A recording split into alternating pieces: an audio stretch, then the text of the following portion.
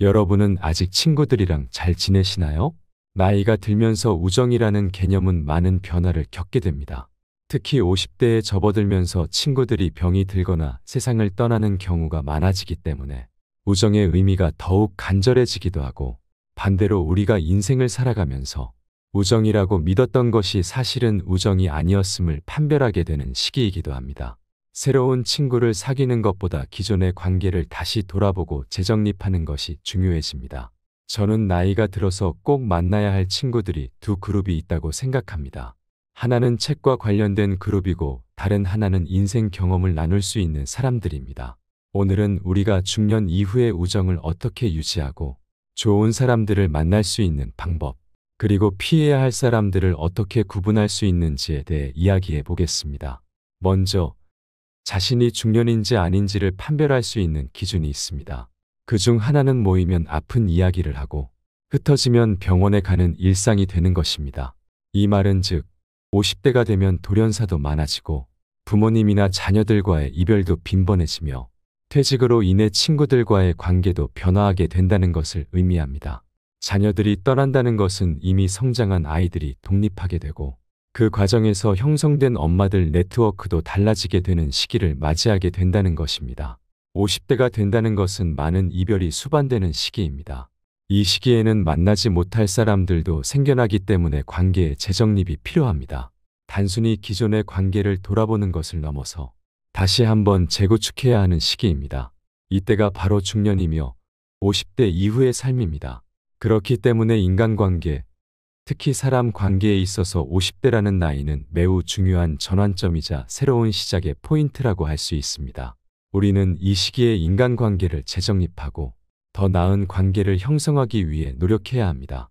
새로운 친구를 사귀는 것보다 기존의 관계를 유지하고 진정한 우정을 나눌 수 있는 사람들과 깊은 관계를 형성하는 것이 중요합니다.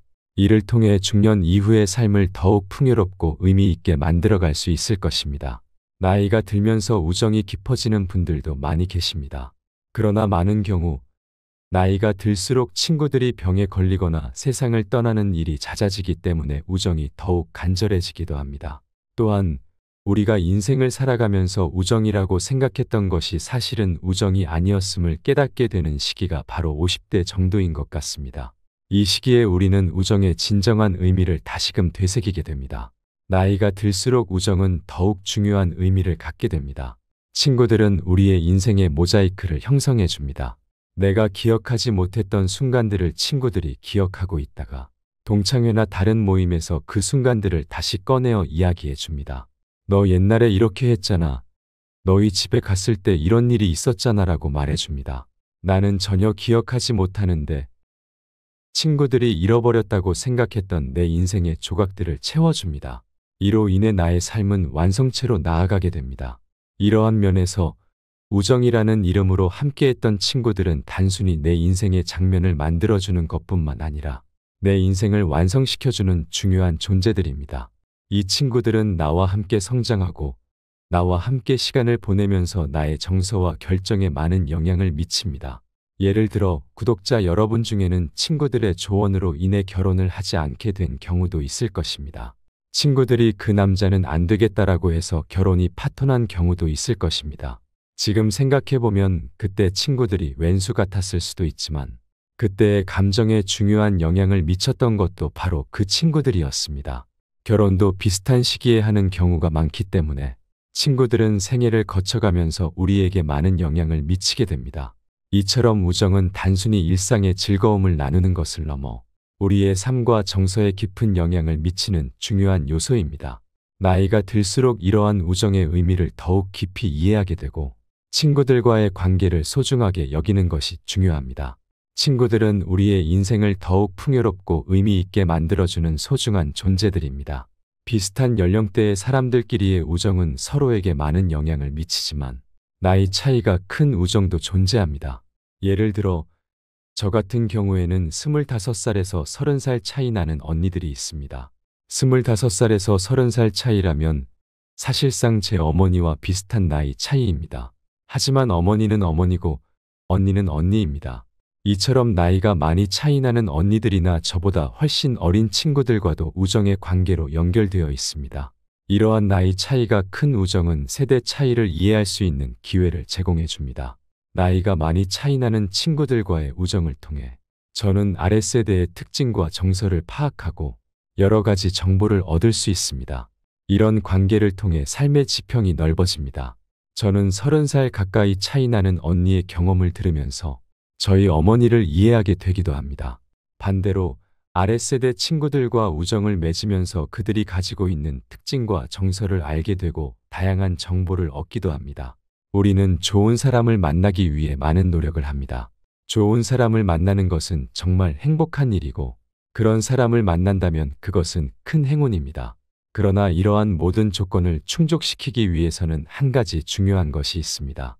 바로 자신이 좋은 사람이 되어야 한다는 것입니다. 좋은 사람이 되기 위해 노력하고 누군가에게 좋은 사람이 되기 위해 애를 써야 합니다. 이러한 관계는 상호적인 것이기 때문에 일방적으로 좋은 것은 희생이라고 부르지 우정이라고 하지 않습니다. 그래서 좋은 사람을 만나고 싶고 좋은 우정을 나누고 싶다면 오늘은 무엇을 해야 할지 고민하는 것이 중요합니다. 이러한 고민을 시작한다면 여러분 주위에는 이미 좋은 사람들이 가득할 것입니다. 물론 다양한 친구들을 만나면서 각기 다른 성격과 특징을 지닌 친구들을 경험하게 됩니다. 어떤 친구는 조금 우울할 수 있고 어떤 친구는 밝고 활기차며 또 어떤 친구는 지나치게 자만하는 모습으로 밥맛이 떨어질 수도 있습니다. 또한 매우 웃긴 친구들도 있습니다. 이러한 다양한 친구들 중에서도 더 만나고 싶은 친구들이 있는 반면 덜 만나고 싶은 친구들도 있을 것입니다. 그럼에도 불구하고 저는 기본적으로 친구들을 만나라고 권장합니다. 왜냐하면 우리가 20대와 30대에 만난 친구들과는 완전히 다르기 때문입니다. 20대와 30대의 친구들은 상처를 주고받기도 하고 때로는 상처를 받지 않으려 애쓰기도 합니다. 하지만 이 친구들은 우리의 기억 속에 남아 있으며 오랜 세월을 통해 검증된 친구들입니다. 새로운 친구를 사귀는 것보다 이러한 검증된 친구들이 훨씬 더 중요합니다. 그래서 저는 나이가 들어서 꼭 만나야 할 친구들이 두 그룹 있다고 생각합니다. 하나는 슈퍼 친구이고 다른 하나는 삽 친구입니다. 슈퍼 친구는 슈퍼마켓에 같이 가는 친구가 아니라 어린 시절이나 지난 시절을 돌아보았을 때 참 고맙고 괜찮은 친구들입니다. 심지어 지금 생각해도 여전히 좋은 친구들입니다. 때로는 나를 위해 나서주고 내 편이 되어주며 나를 위로해주고 유쾌한 유머를 나누던 친구들입니다. 이러한 친구들은 우리의 인생에서 슈퍼맨 같은 존재들입니다. 이 친구들은 과거에만 좋았던 것이 아니라 지금도 생각해보면 매우 좋은 친구들입니다. 그렇다면 이 친구들은 우리에게 슈퍼 친구라고 할 수 있습니다. 그러나 인생을 살아가다 보면 어떻게 하다 보니 관계가 멀어지기도 합니다. 저는 이러한 친구들을 다시 찾아가셨으면 좋겠습니다.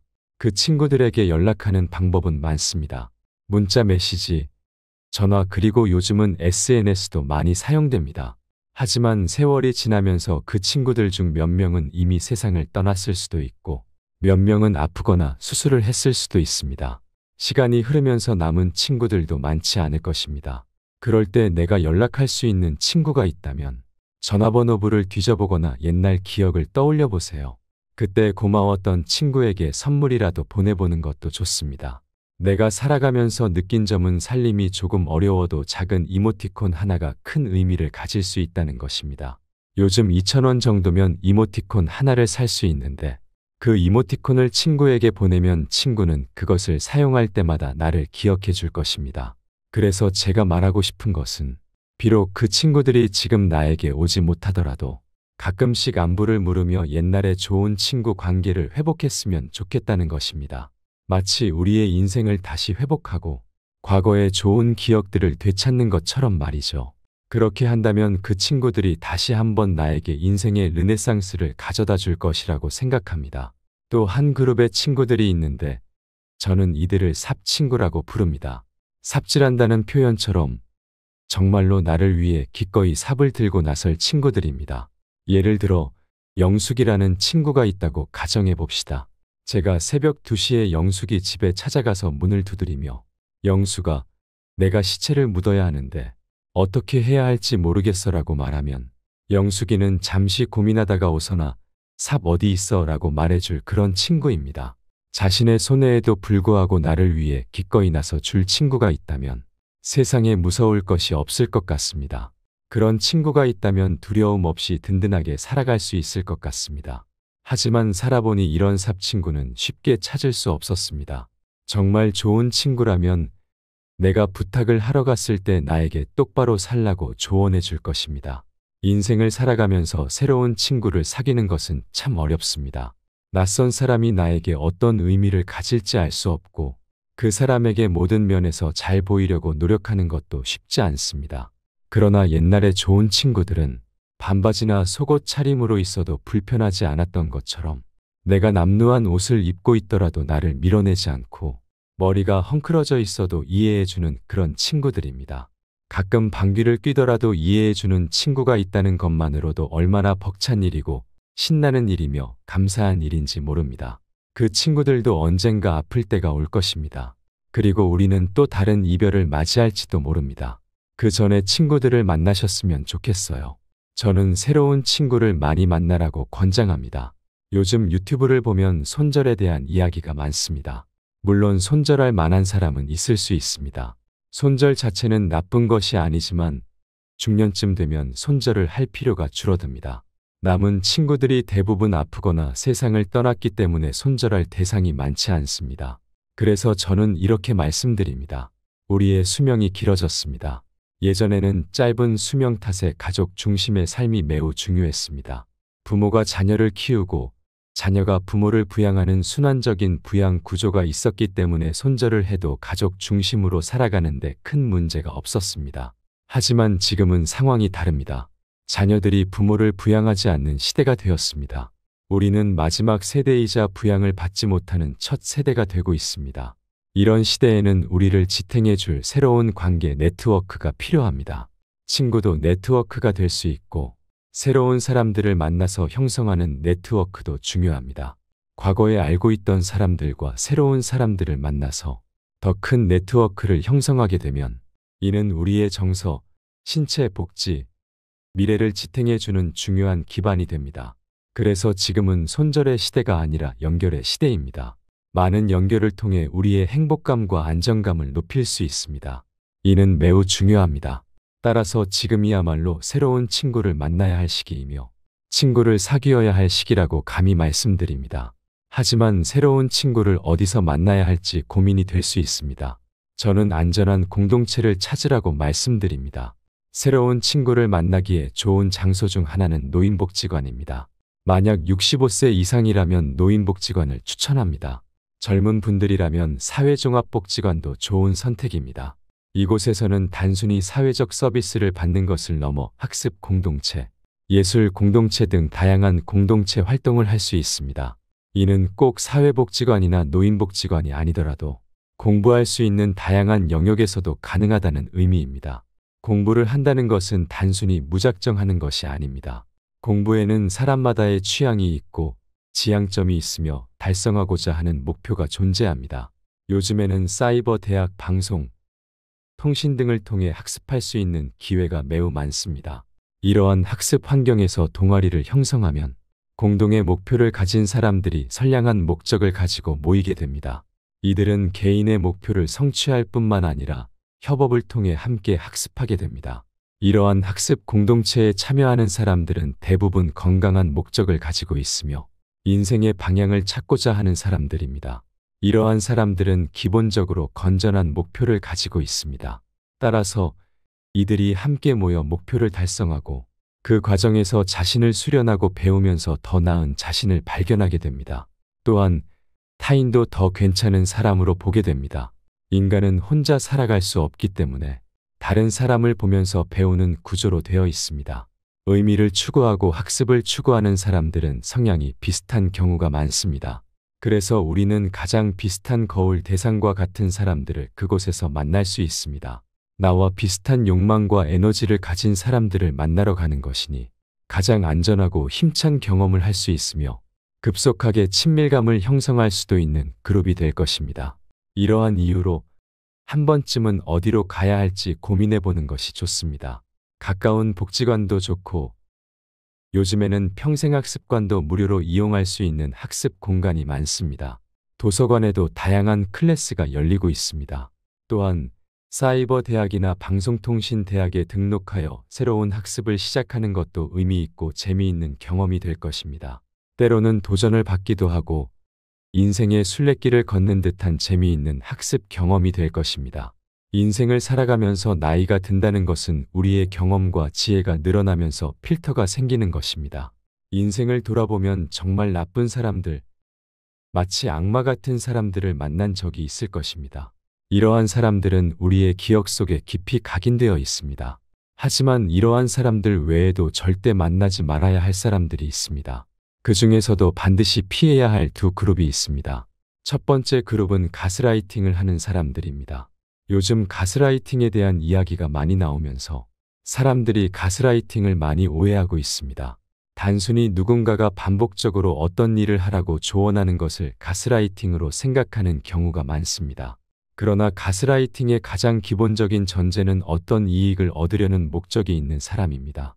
이 사람은 다른 사람을 장악하려 하거나 금전적인 이익을 편취하려 하거나 심리적 권리를 획득하려고 합니다. 이러한 요소들이 가스라이팅의 핵심입니다. 가스라이팅은 다른 사람을 해치거나 혼란스럽게 하여 자신이 이익을 얻으려는 행위입니다. 따라서 누군가가 이러한 목적을 가지고 있다면 이는 가스라이팅이 아닙니다. 하지만 다른 사람을 혼란스럽게 하여 자신이 이익을 얻으려는 경우 이는 가스라이팅이 될 수 있습니다. 이러한 기준으로 가스라이팅을 판단할 수 있습니다. 가스라이팅을 하는 사람들은 다른 사람을 혼란스럽게 하고 판단력을 흐리게 하며 자신의 이익을 극대화하기 위해 다른 사람의 이익을 빼앗으려고 합니다. 만약 이러한 사람이 생각난다면 그 사람은 가스라이팅을 하는 사람입니다. 이러한 사람들로부터는 반드시 도망가야 합니다. 왜냐하면 가스라이팅을 받는다는 것은 이미 그 사람의 영향을 받고 있다는 의미이기 때문입니다. 또한 가스라이팅에 잘 걸리는 사람들이 있습니다. 이러한 사람들은 마치 나쁜 사람들에게 쉽게 휘둘리는 경향이 있습니다. 가스라이팅을 하는 사람들은 이러한 약점을 이용하여 더욱더 큰 이익을 얻으려고 합니다. 따라서 가스라이팅에 잘 걸리는 사람들은 더욱더 경계해야 하며 이러한 사람들로부터 멀리 떨어져야 합니다. 결론적으로 인생을 살아가면서 가스라이팅을 하는 사람들은 반드시 피해야 할 대상입니다. 이러한 사람들은 우리의 인생에 큰 해를 끼칠 수 있기 때문에 그들과의 관계를 멀리하고 자신을 보호하는 것이 중요합니다. 최면에 잘 걸리는 사람이 따로 있듯이 사실 최면은 아무에게나 쉽게 걸리는 것이 아닙니다. 최면 감수성이라는 개념이 있는데 이 감수성이 높은 사람들은 전 세계 인구의 약 10%에서 15% 정도에 불과합니다. 이와 마찬가지로 가스라이팅에 잘 당하는 사람들이 있습니다. 이런 사람들은 어떤 상황에서 거절을 잘 못하는 경향이 있으며 기본적으로 심성이 착하고 다른 사람들이 상처받을까 봐 고민하는 사람들입니다. 또한 이미 많은 상처를 받아본 경험이 있는 사람들, 특히 어린 시절 억압적인 환경 속에서 자라나서 누군가가 강하게 이야기할 때 그 사람을 거절하지 못하도록 머리 구조가 형성된 사람들입니다. 이러한 사람들은 자신이 가스라이팅에 잘 당하는 사람인지 스스로 점검해 볼 필요가 있습니다. 체크리스트를 활용해 보는 것도 좋은 방법입니다. 중요한 것은 세상에 나에게 조언하거나 어떤 이야기를 해주는 모든 사람들이 가스라이팅을 하는 것은 아니라는 점을 기억하는 것입니다. 만약 누군가가 나에게 어떤 이익을 가져가고 나를 지배하려고 하며 통제하려고 들고 그를 통해 어떤 이익을 얻으려고 한다면 그 사람은 나를 가스라이팅하는 것입니다. 이런 사람들은 관계를 끊는 것이 맞습니다. 또 다른 그룹으로는 그루밍을 하는 사람들이 있습니다. 그루밍은 범죄입니다. 이는 판단력이 미성숙한 미성년자들을 대상으로 이들이 외부와 단절되게 하고 다른 어떤 정보도 주지 않은 상태에서 오로지 한 가지 정보만이 맞다고 믿게 만드는 일련의 세뇌 과정을 거칩니다. 이를 통해 아이들의 몸을 편취하거나 돈을 편취하거나 그 사람의 삶을 지배하여 그 뒤에 발생하는 모든 이익을 다 가져가는 방식입니다. 우리는 이러한 형태의 행위를 그루밍이라고 부릅니다. 그루밍은 매우 위험하고 악질적인 범죄 행위입니다. 그루밍을 하는 사람들은 상대방의 순진함과 취약성을 이용해 자신이 원하는 것을 얻으려고 합니다. 이 과정에서 피해자는 심리적으로 큰 상처를 받을 수 있으며 그들의 삶은 돌이킬 수 없을 정도로 파괴될 수 있습니다. 따라서 그루밍을 하는 사람들로부터도 반드시 멀리 떨어져야 합니다. 결론적으로 인생을 살아가면서 가스라이팅이나 그루밍을 하는 사람들은 반드시 피해야 할 대상입니다.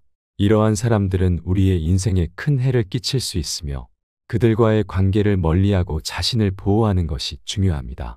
자신이 가스라이팅에 잘 당하는 사람인지 그루밍에 취약한 사람인지 스스로 점검하고 이러한 사람들로부터 멀리 떨어져야 합니다. 뉴스에서 그루밍이라는 단어가 주로 성적 착취와 관련된 사례에서 많이 언급되기 때문에 그루밍을 성적인 문제와 연관 지어 생각할 수 있을 것입니다. 그러나 그루밍은 성인기에도 발생할 수 있는 문제입니다.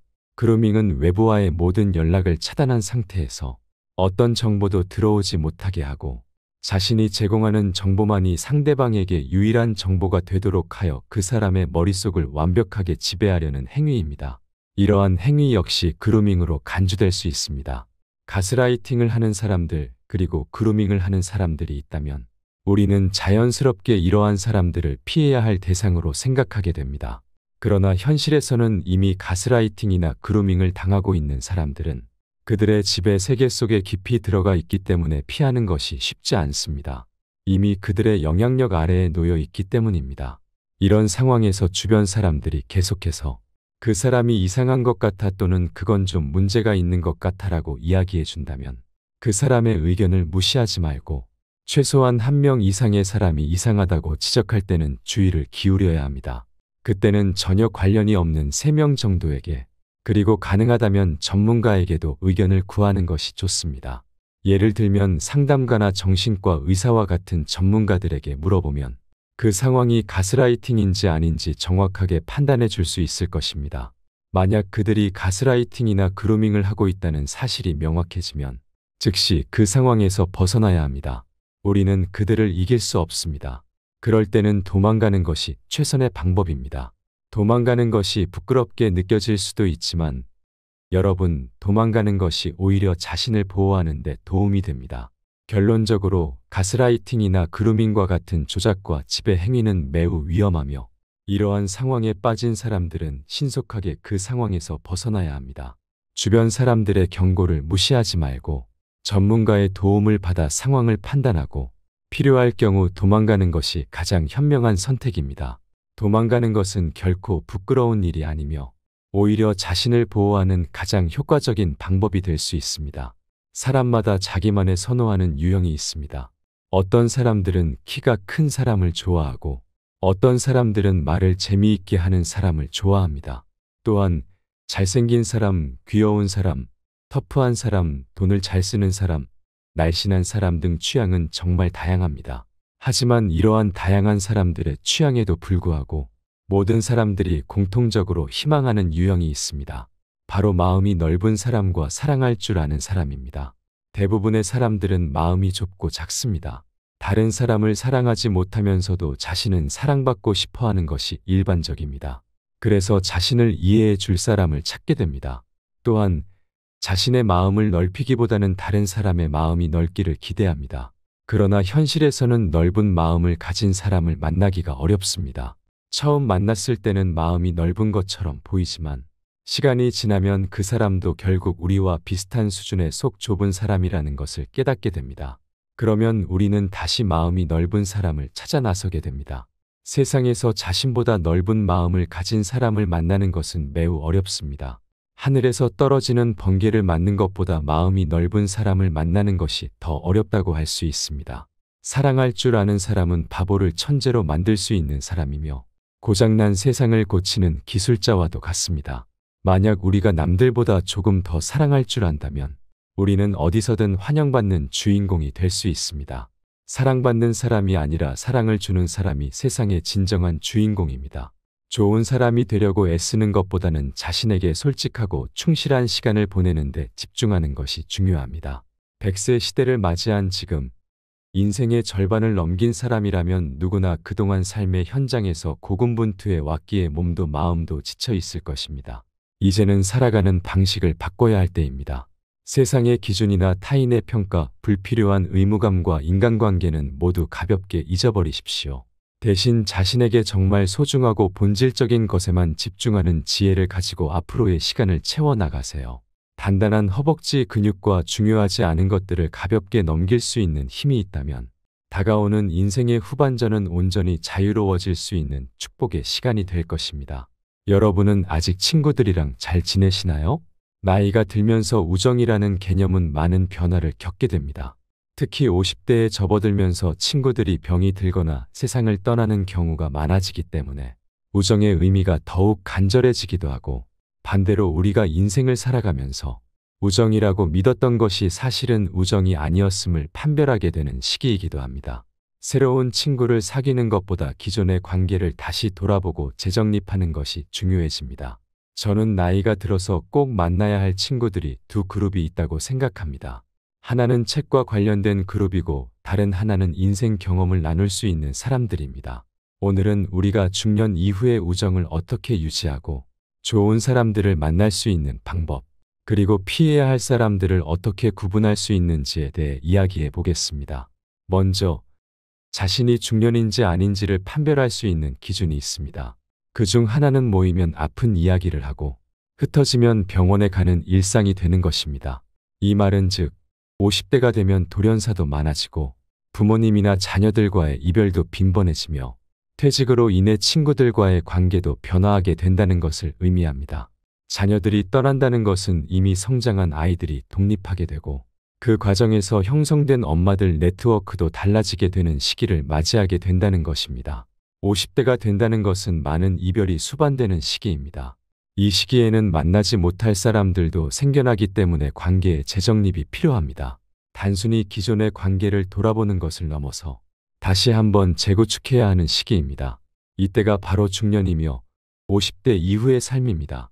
그렇기 때문에 인간관계, 특히 사람 관계에 있어서 50대라는 나이는 매우 중요한 전환점이자 새로운 시작의 포인트라고 할 수 있습니다. 우리는 이 시기에 인간관계를 재정립하고 더 나은 관계를 형성하기 위해 노력해야 합니다. 새로운 친구를 사귀는 것보다 기존의 관계를 유지하고 진정한 우정을 나눌 수 있는 사람들과 깊은 관계를 형성하는 것이 중요합니다. 이를 통해 중년 이후의 삶을 더욱 풍요롭고 의미 있게 만들어갈 수 있을 것입니다. 나이가 들면서 우정이 깊어지는 분들도 많이 계십니다. 그러나 많은 경우 나이가 들수록 친구들이 병에 걸리거나 세상을 떠나는 일이 잦아지기 때문에 우정이 더욱 간절해지기도 합니다. 또한 우리가 인생을 살아가면서 우정이라고 생각했던 것이 사실은 우정이 아니었음을 깨닫게 되는 시기가 바로 50대 정도인 것 같습니다. 이 시기에 우리는 우정의 진정한 의미를 다시금 되새기게 됩니다. 나이가 들수록 우정은 더욱 중요한 의미를 갖게 됩니다. 친구들은 우리의 인생의 모자이크를 형성해 줍니다. 내가 기억하지 못했던 순간들을 친구들이 기억하고 있다가 동창회나 다른 모임에서 그 순간들을 다시 꺼내어 이야기해 줍니다. 너 옛날에 이렇게 했잖아. 너희 집에 갔을 때 이런 일이 있었잖아 라고 말해 줍니다. 나는 전혀 기억하지 못하는데 친구들이 잃어버렸다고 생각했던 내 인생의 조각들을 채워줍니다. 이로 인해 나의 삶은 완성체로 나아가게 됩니다. 이러한 면에서 우정이라는 이름으로 함께했던 친구들은 단순히 내 인생의 장면을 만들어주는 것뿐만 아니라 내 인생을 완성시켜주는 중요한 존재들입니다. 이 친구들은 나와 함께 성장하고 나와 함께 시간을 보내면서 나의 정서와 결정에 많은 영향을 미칩니다. 예를 들어 구독자 여러분 중에는 친구들의 조언으로 인해 결혼을 하지 않게 된 경우도 있을 것입니다. 친구들이 그 남자는 안 되겠다라고 해서 결혼이 파토난 경우도 있을 것입니다.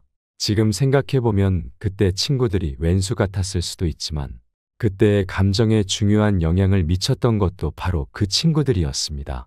결혼도 비슷한 시기에 하는 경우가 많기 때문에 친구들은 생애를 거쳐가면서 우리에게 많은 영향을 미치게 됩니다.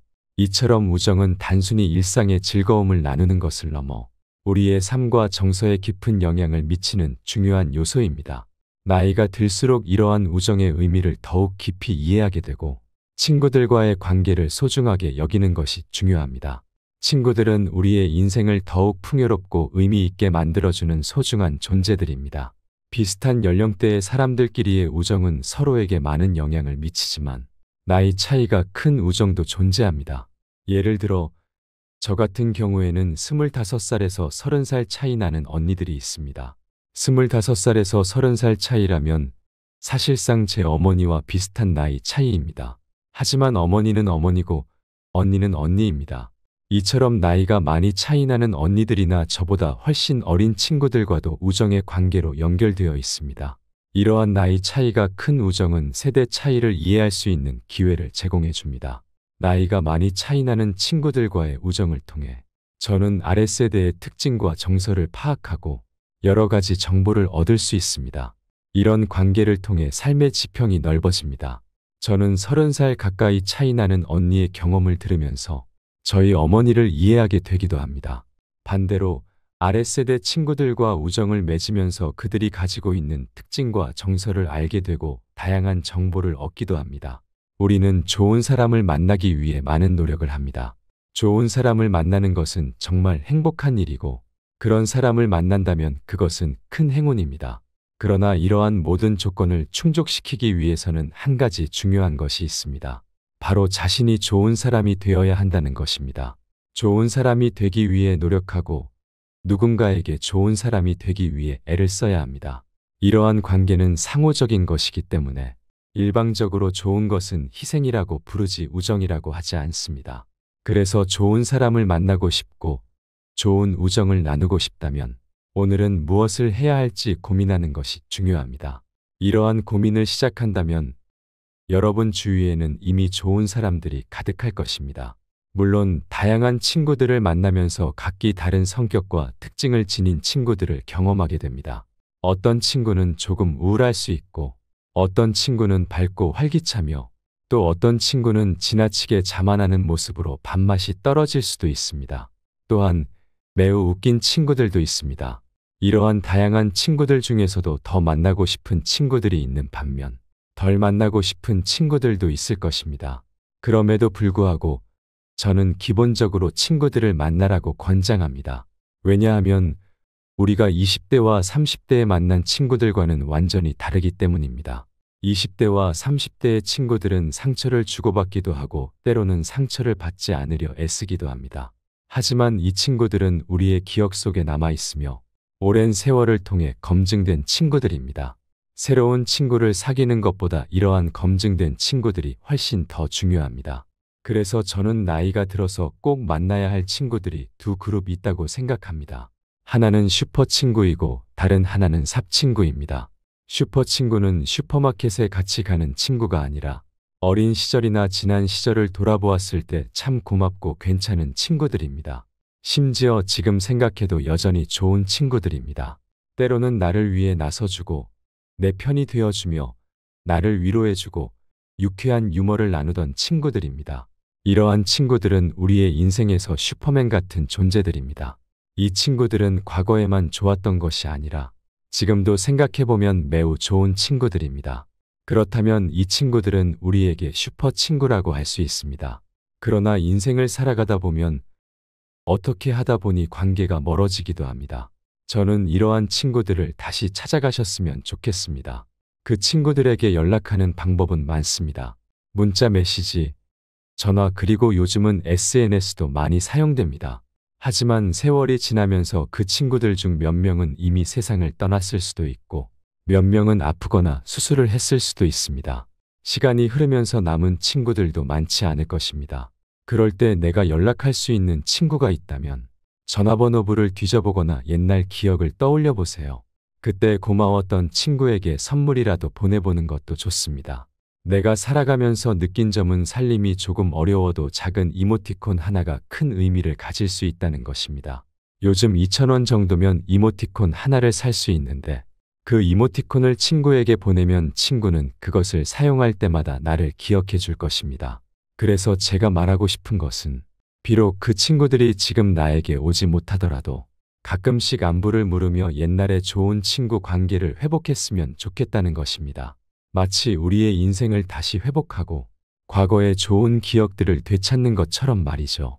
그렇게 한다면 그 친구들이 다시 한번 나에게 인생의 르네상스를 가져다 줄 것이라고 생각합니다. 또 한 그룹의 친구들이 있는데 저는 이들을 삽 친구라고 부릅니다.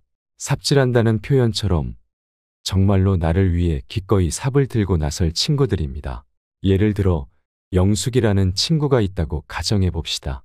제가 새벽 2시에 영숙이 집에 찾아가서 문을 두드리며 영숙아, 내가 시체를 묻어야 하는데 어떻게 해야 할지 모르겠어라고 말하면 영숙이는 잠시 고민하다가 오서나 삽 어디 있어? 라고 말해줄 그런 친구입니다. 자신의 손해에도 불구하고 나를 위해 기꺼이 나서 줄 친구가 있다면 세상에 무서울 것이 없을 것 같습니다. 그런 친구가 있다면 두려움 없이 든든하게 살아갈 수 있을 것 같습니다. 하지만 살아보니 이런 삽 친구는 쉽게 찾을 수 없었습니다. 정말 좋은 친구라면 내가 부탁을 하러 갔을 때 나에게 똑바로 살라고 조언해 줄 것입니다. 인생을 살아가면서 새로운 친구를 사귀는 것은 참 어렵습니다. 낯선 사람이 나에게 어떤 의미를 가질지 알 수 없고 그 사람에게 모든 면에서 잘 보이려고 노력하는 것도 쉽지 않습니다. 그러나 옛날에 좋은 친구들은 반바지나 속옷 차림으로 있어도 불편하지 않았던 것처럼 내가 남루한 옷을 입고 있더라도 나를 밀어내지 않고 머리가 헝클어져 있어도 이해해주는 그런 친구들입니다. 가끔 방귀를 뀌더라도 이해해주는 친구가 있다는 것만으로도 얼마나 벅찬 일이고 신나는 일이며 감사한 일인지 모릅니다. 그 친구들도 언젠가 아플 때가 올 것입니다. 그리고 우리는 또 다른 이별을 맞이할지도 모릅니다. 그 전에 친구들을 만나셨으면 좋겠어요. 저는 새로운 친구를 많이 만나라고 권장합니다. 요즘 유튜브를 보면 손절에 대한 이야기가 많습니다. 물론 손절할 만한 사람은 있을 수 있습니다. 손절 자체는 나쁜 것이 아니지만 중년쯤 되면 손절을 할 필요가 줄어듭니다.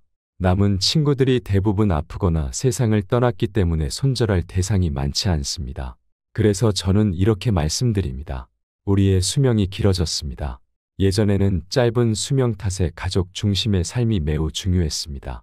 부모가 자녀를 키우고 자녀가 부모를 부양하는 순환적인 부양 구조가 있었기 때문에 손절을 해도 가족 중심으로 살아가는데 큰 문제가 없었습니다.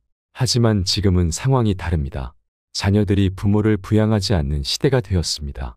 우리는 마지막 세대이자 부양을 받지 못하는 첫 세대가 되고 있습니다. 이런 시대에는 우리를 지탱해 줄 새로운 관계 네트워크가 필요합니다.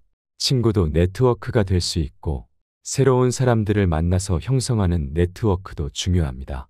과거에 알고 있던 사람들과 새로운 사람들을 만나서 더 큰 네트워크를 형성하게 되면 이는 우리의 정서, 신체 복지, 미래를 지탱해주는 중요한 기반이 됩니다. 그래서 지금은 손절의 시대가 아니라 연결의 시대입니다. 많은 연결을 통해 우리의 행복감과 안정감을 높일 수 있습니다. 이는 매우 중요합니다. 따라서 지금이야말로 새로운 친구를 만나야 할 시기이며 친구를 사귀어야 할 시기라고 감히 말씀드립니다. 하지만 새로운 친구를 어디서 만나야 할지 고민이 될 수 있습니다. 저는 안전한 공동체를 찾으라고 말씀드립니다. 새로운 친구를 만나기에 좋은 장소 중 하나는 노인복지관입니다. 만약 65세 이상이라면 노인복지관을 추천합니다. 젊은 분들이라면 사회종합복지관도 좋은 선택입니다. 이곳에서는 단순히 사회적 서비스를 받는 것을 넘어 학습 공동체, 예술 공동체 등 다양한 공동체 활동을 할 수 있습니다. 이는 꼭 사회복지관이나 노인복지관이 아니더라도 공부할 수 있는 다양한 영역에서도 가능하다는 의미입니다. 공부를 한다는 것은 단순히 무작정 하는 것이 아닙니다. 공부에는 사람마다의 취향이 있고 지향점이 있으며 달성하고자 하는 목표가 존재합니다. 요즘에는 사이버 대학, 방송, 통신 등을 통해 학습할 수 있는 기회가 매우 많습니다. 이러한 학습 환경에서 동아리를 형성하면 공동의 목표를 가진 사람들이 선량한 목적을 가지고 모이게 됩니다. 이들은 개인의 목표를 성취할 뿐만 아니라 협업을 통해 함께 학습하게 됩니다. 이러한 학습 공동체에 참여하는 사람들은 대부분 건강한 목적을 가지고 있으며 인생의 방향을 찾고자 하는 사람들입니다. 이러한 사람들은 기본적으로 건전한 목표를 가지고 있습니다.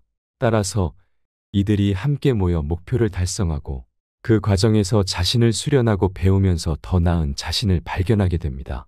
또한 타인도 더 괜찮은 사람으로 보게 됩니다. 인간은 혼자 살아갈 수 없기 때문에 다른 사람을 보면서 배우는 구조로 되어 있습니다. 의미를 추구하고 학습을 추구하는 사람들은 성향이 비슷한 경우가 많습니다. 그래서 우리는 가장 비슷한 거울 대상과 같은 사람들을 그곳에서 만날 수 있습니다. 나와 비슷한 욕망과 에너지를 가진 사람들을 만나러 가는 것이니 가장 안전하고 힘찬 경험을 할 수 있으며 급속하게 친밀감을 형성할 수도 있는 그룹이 될 것입니다. 이러한 이유로 한 번쯤은 어디로 가야 할지 고민해 보는 것이 좋습니다. 가까운 복지관도 좋고 요즘에는 평생학습관도 무료로 이용할 수 있는 학습 공간이 많습니다. 도서관에도 다양한 클래스가 열리고 있습니다.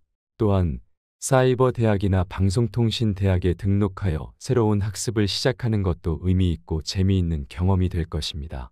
때로는 도전을 받기도 하고 인생의 순례길을 걷는 듯한 재미있는 학습 경험이 될 것입니다. 인생을 살아가면서 나이가 든다는 것은 우리의 경험과 지혜가 늘어나면서 필터가 생기는 것입니다. 인생을 돌아보면 정말 나쁜 사람들, 마치 악마 같은 사람들을 만난 적이 있을 것입니다. 이러한 사람들은 우리의 기억 속에 깊이 각인되어 있습니다. 하지만 이러한 사람들 외에도 절대 만나지 말아야 할 사람들이 있습니다. 그 중에서도 반드시 피해야 할 두 그룹이 있습니다. 첫 번째 그룹은 가스라이팅을 하는 사람들입니다. 요즘 가스라이팅에 대한 이야기가 많이 나오면서 사람들이 가스라이팅을 많이 오해하고 있습니다. 단순히 누군가가 반복적으로 어떤 일을 하라고 조언하는 것을 가스라이팅으로 생각하는 경우가 많습니다. 그러나 가스라이팅의 가장 기본적인 전제는 어떤 이익을 얻으려는 목적이 있는 사람입니다. 이 사람은 다른 사람을 장악하려 하거나 금전적인 이익을 편취하려 하거나 심리적 권리를 획득하려고 합니다. 이러한 요소들이 가스라이팅의 핵심입니다. 가스라이팅은 다른 사람을 해치거나 혼란스럽게 하여 자신이 이익을 얻으려는 행위입니다. 따라서 누군가가 이러한 목적을 가지고 있다면 이는 가스라이팅이 아닙니다. 하지만 다른 사람을 혼란스럽게 하여 자신이 이익을 얻으려는 경우 이는 가스라이팅이 될 수 있습니다. 이러한 기준으로 가스라이팅을 판단할 수 있습니다. 가스라이팅을 하는 사람들은 다른 사람을 혼란스럽게 하고 판단력을 흐리게 하며 자신의 이익을 극대화하기 위해 다른 사람의 이익을 빼앗으려고 합니다. 만약 이러한 사람이 생각난다면 그 사람은 가스라이팅을 하는 사람입니다. 이러한 사람들로부터는 반드시 도망가야 합니다. 왜냐하면 가스라이팅을 받는다는 것은 이미 그 사람의 영향을 받고 있다는 의미이기 때문입니다. 또한 가스라이팅에 잘 걸리는 사람들이 있습니다. 이러한 사람들은 마치 나쁜 사람들에게 쉽게 휘둘리는 경향이 있습니다. 가스라이팅을 하는 사람들은 이러한 약점을 이용하여 더욱더 큰 이익을 얻으려고 합니다. 따라서 가스라이팅에 잘 걸리는 사람들은 더욱더 경계해야 하며 이러한 사람들로부터 멀리 떨어져야 합니다. 결론적으로 인생을 살아가면서 가스라이팅을 하는 사람들은 반드시 피해야 할 대상입니다. 이러한 사람들은 우리의 인생에 큰 해를 끼칠 수 있기 때문에 그들과의 관계를 멀리하고 자신을 보호하는 것이 중요합니다. 최면에 잘 걸리는 사람이 따로 있듯이 사실 최면은 아무에게나 쉽게 걸리는 것이 아닙니다. 최면 감수성이라는 개념이 있는데 이 감수성이 높은 사람들은 전 세계 인구의 약 10%에서 15% 정도에 불과합니다. 이와 마찬가지로 가스라이팅에 잘 당하는 사람들이 있습니다. 이런 사람들은 어떤 상황에서 거절을 잘 못하는 경향이 있으며 기본적으로 심성이 착하고 다른 사람들이 상처받을까 봐 고민하는 사람들입니다. 또한 이미 많은 상처를 받아본 경험이 있는 사람들, 특히 어린 시절 억압적인 환경 속에서 자라나서 누군가가 강하게 이야기할 때 그 사람을 거절하지 못하도록 머리 구조가 형성된 사람들입니다. 이러한 사람들은 자신이 가스라이팅에 잘 당하는 사람인지 스스로 점검해 볼 필요가 있습니다. 체크리스트를 활용해 보는 것도 좋은 방법입니다. 중요한 것은 세상에 나에게 조언하거나 어떤 이야기를 해주는 모든 사람들이 가스라이팅을 하는 것은 아니라는 점을 기억하는 것입니다. 만약 누군가가 나에게 어떤 이익을 가져가고 나를 지배하려고 하며 통제하려고 들고 그를 통해 어떤 이익을 얻으려고 한다면 그 사람은 나를 가스라이팅하는 것입니다. 이런 사람들은 관계를 끊는 것이 맞습니다. 또 다른 그룹으로는 그루밍을 하는 사람들이 있습니다. 그루밍은 범죄입니다. 이는 판단력이 미성숙한 미성년자들을 대상으로 이들이 외부와 단절되게 하고 다른 어떤 정보도 주지 않은 상태에서 오로지 한 가지 정보만이 맞다고 믿게 만드는 일련의 세뇌 과정을 거칩니다. 이를 통해 아이들의 몸을 편취하거나 돈을 편취하거나 그 사람의 삶을 지배하여 그 뒤에 발생하는 모든 이익을 다 가져가는 방식입니다. 우리는 이러한 형태의 행위를 그루밍이라고 부릅니다. 그루밍은 매우 위험하고 악질적인 범죄 행위입니다. 그루밍을 하는 사람들은 상대방의 순진함과 취약성을 이용해 자신이 원하는 것을 얻으려고 합니다. 이 과정에서 피해자는 심리적으로 큰 상처를 받을 수 있으며 그들의 삶은 돌이킬 수 없을 정도로 파괴될 수 있습니다. 따라서 그루밍을 하는 사람들로부터도 반드시 멀리 떨어져야 합니다. 결론적으로 인생을 살아가면서 가스라이팅이나 그루밍을 하는 사람들은 반드시 피해야 할 대상입니다. 이러한 사람들은 우리의 인생에 큰 해를 끼칠 수 있으며 그들과의 관계를 멀리하고 자신을 보호하는 것이 중요합니다. 자신이 가스라이팅에 잘 당하는 사람인지 그루밍에 취약한 사람인지 스스로 점검하고 이러한 사람들로부터 멀리 떨어져야 합니다. 뉴스에서 그루밍이라는 단어가 주로 성적 착취와 관련된 사례에서 많이 언급되기 때문에 그루밍을 성적인 문제와 연관지어 생각할 수 있을 것입니다. 그러나 그루밍은 성인기에도 발생할 수 있는 문제입니다. 그루밍은 외부와의 모든 연락을 차단한 상태에서 어떤 정보도 들어오지 못하게 하고 자신이 제공하는 정보만이 상대방에게 유일한 정보가 되도록 하여 그 사람의 머릿속을 완벽하게 지배하려는 행위입니다. 이러한 행위 역시 그루밍으로 간주될 수 있습니다. 가스라이팅을 하는 사람들 그리고 그루밍을 하는 사람들이 있다면 우리는 자연스럽게 이러한 사람들을 피해야 할 대상으로 생각하게 됩니다. 그러나 현실에서는 이미 가스라이팅이나 그루밍을 당하고 있는 사람들은 그들의 지배 세계 속에 깊이 들어가 있기 때문에 피하는 것이 쉽지 않습니다. 이미 그들의 영향력 아래에 놓여 있기 때문입니다. 이런 상황에서 주변 사람들이 계속해서 그 사람이 이상한 것 같아 또는 그건 좀 문제가 있는 것 같아라고 이야기해 준다면 그 사람의 의견을 무시하지 말고 최소한 한 명 이상의 사람이 이상하다고 지적할 때는 주의를 기울여야 합니다. 그때는 전혀 관련이 없는 3명 정도에게 그리고 가능하다면 전문가에게도 의견을 구하는 것이 좋습니다. 예를 들면 상담가나 정신과 의사와 같은 전문가들에게 물어보면 그 상황이 가스라이팅인지 아닌지 정확하게 판단해 줄 수 있을 것입니다. 만약 그들이 가스라이팅이나 그루밍을 하고 있다는 사실이 명확해지면 즉시 그 상황에서 벗어나야 합니다. 우리는 그들을 이길 수 없습니다. 그럴 때는 도망가는 것이 최선의 방법입니다. 도망가는 것이 부끄럽게 느껴질 수도 있지만 여러분, 도망가는 것이 오히려 자신을 보호하는 데 도움이 됩니다. 결론적으로 가스라이팅이나 그루밍과 같은 조작과 지배 행위는 매우 위험하며 이러한 상황에 빠진 사람들은 신속하게 그 상황에서 벗어나야 합니다. 주변 사람들의 경고를 무시하지 말고 전문가의 도움을 받아 상황을 판단하고 필요할 경우 도망가는 것이 가장 현명한 선택입니다. 도망가는 것은 결코 부끄러운 일이 아니며 오히려 자신을 보호하는 가장 효과적인 방법이 될 수 있습니다. 사람마다 자기만의 선호하는 유형이 있습니다. 어떤 사람들은 키가 큰 사람을 좋아하고 어떤 사람들은 말을 재미있게 하는 사람을 좋아합니다. 또한 잘생긴 사람, 귀여운 사람, 터프한 사람, 돈을 잘 쓰는 사람, 날씬한 사람 등 취향은 정말 다양합니다. 하지만 이러한 다양한 사람들의 취향에도 불구하고 모든 사람들이 공통적으로 희망하는 유형이 있습니다. 바로 마음이 넓은 사람과 사랑할 줄 아는 사람입니다. 대부분의 사람들은 마음이 좁고 작습니다. 다른 사람을 사랑하지 못하면서도 자신은 사랑받고 싶어 하는 것이 일반적입니다.